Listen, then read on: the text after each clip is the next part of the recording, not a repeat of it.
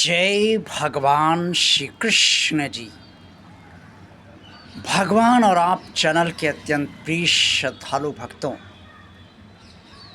इस शरीर को भीतर से संचालित कौन कर रहा है? आप सोच रहे होंगे कि अकस्मात मैंने आपके समक्ष ये प्रश्न क्यों कर दिया। लेकिन ये प्रश्न जरूरी इसलिए है कि जब तक हम ये नहीं समझेंगे कि हमारे शरीर को भीतर से कौन संचालित कर रहा है, तब तक हम इस शरीर के बारे में कोई ऐसा महत्वपूर्ण निर्णय नहीं ले पाएंगे जिससे न सिर्फ शरीर को शांति मिले और शरीर स्थिर रहे और शरीर संसार के साथ तादाद में बनाकर चल सके।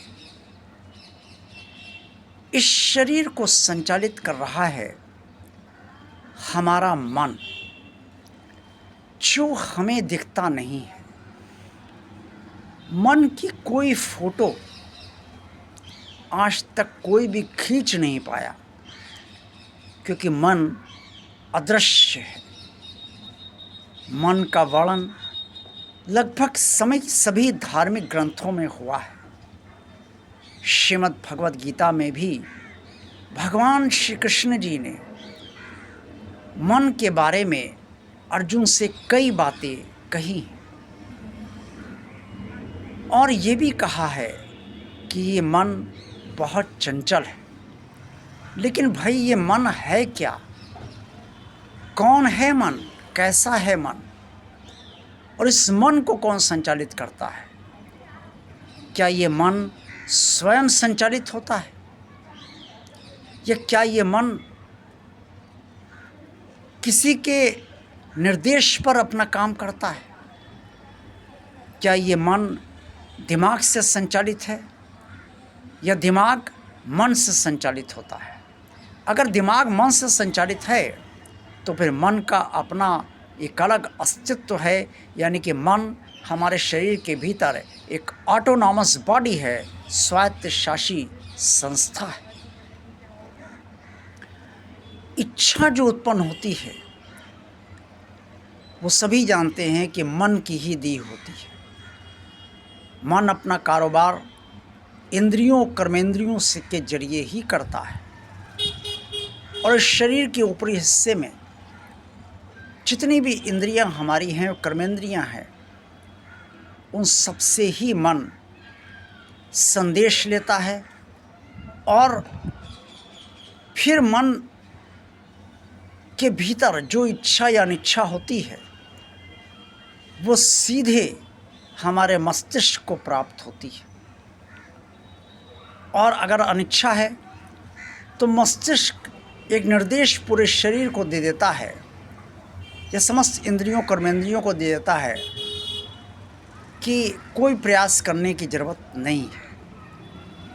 और अगर इच्छा है तो उसे कैसे पूरा किया जाए, ये निर्देश भी मस्तिष्क सारे शरीर की इंद्रियों और कर्मेंद्रियों को देना शुरू कर देता है। ये मन की इच्छाएं पाप, अनाचार, अत्याचार से भी भरी होती है।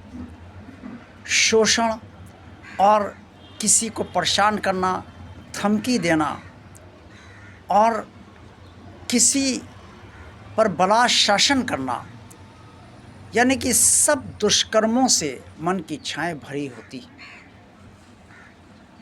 और जब मन की इच्छा सदिच्छा से भरी होती है तो यही मन किसी के प्रति संवेदनशील हो जाता है, किसी से बेतहाशा प्रेम करने लगता है और किसी के लिए सब कुछ त्याग और बलिदान करने को इस पूरे शरीर को तत्पर कर देता है।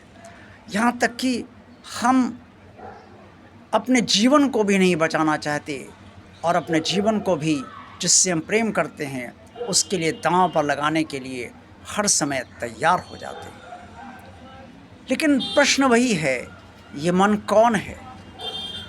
ये किससे संचालित है और कौन इसे संचालित करता है, या ये स्वयंभू है, स्वयं उत्पन्न है,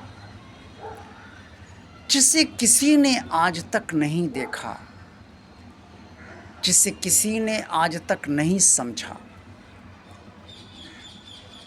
उस मन के बारे में बोला, समझा, कहा और पढ़ा तो जा सकता है, चिंतन और मंथन भी किया जा सकता है, लेकिन मन को मनाया नहीं जा सकता, मन को अपने हिसाब से चलाया नहीं जा सकता। मन चलता अपनी गति से ही है।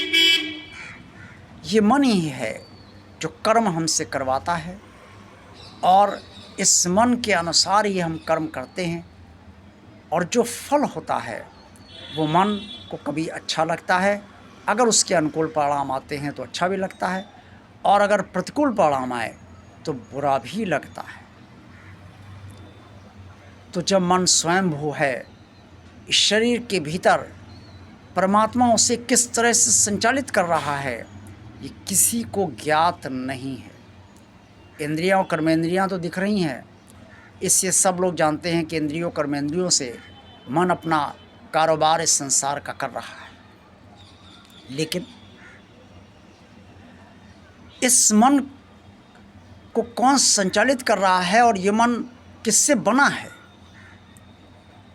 ये कोई नहीं जानता। हाँ, इतना ज़रूर कहा जा सकता है, अगर मैं इस समय सही कह पा रहा हूँ तो, मैं ये नहीं कह रहा हूँ कि मैं गारंटी दे रहा हूँ कि यही सही है, अगर मैं सही कह पा रहा हूँ तो जो मैं अभी तक समझ पाया वही कह रहा हूँ, जो मेरा अनुभव है, जितना मैंने धार्मिक ग्रंथों को पढ़ा है उसके आधार पर यही कह सकता हूँ कि मन किसी भी प्राकृतिक तत्व से नहीं बना है। मन इस प्रकृति निर्मित शरीर में रहता जरूर है, लेकिन मन प्रकृति से अलग है। हाँ, प्रकृति से बांधता जरूर है, और प्रकृति से इस मन को, इस शरीर को संचालित किए रहता है। ये मन संसार में उलझाता है, संसार में संतोष दिलाता है, और संसार में रुलाता भी है। यही मन संसार से वियोग करा देता है, और यही मन संसार में लिप्त भी करा देता है। अब जब ये बात साफ हो गई कि मन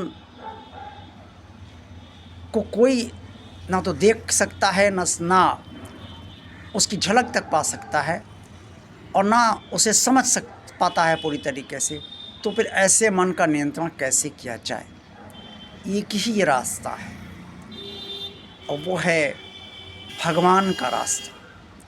भगवान का भजन, भगवान का गुणगान, भगवान का कीर्तन और भगवान का सत्संग, पूजा पाठ, मंत्रोच्चार, भगवान का ध्यान।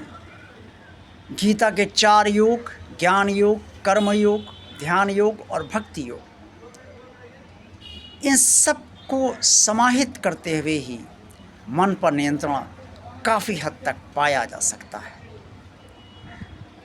बड़े बड़े ऋषि मुनि जो हमारे पहले रहे, उन्होंने इस मन को नियंत्रित करने के लिए ध्यान किया, बड़े बड़े तप किए, भगवान की पूजा आराधना की, बड़े बड़े यज्ञ किए, लेकिन तब भी कहीं ना कहीं उनका मन डोल ही गया। इसलिए मन को पूरी तरीके से नियंत्रण में तो नहीं रखा जा सकता है, लेकिन काफ़ी हद तक नियंत्रण में अवश्य रखा जा सकता है। तो जहाँ तक नियंत्रण में रखा जा सकता है, वहाँ तक नियंत्रण में अवश्य रखा जाना चाहिए। आप सबका कल्याण हो। जय भगवान श्री कृष्ण जी।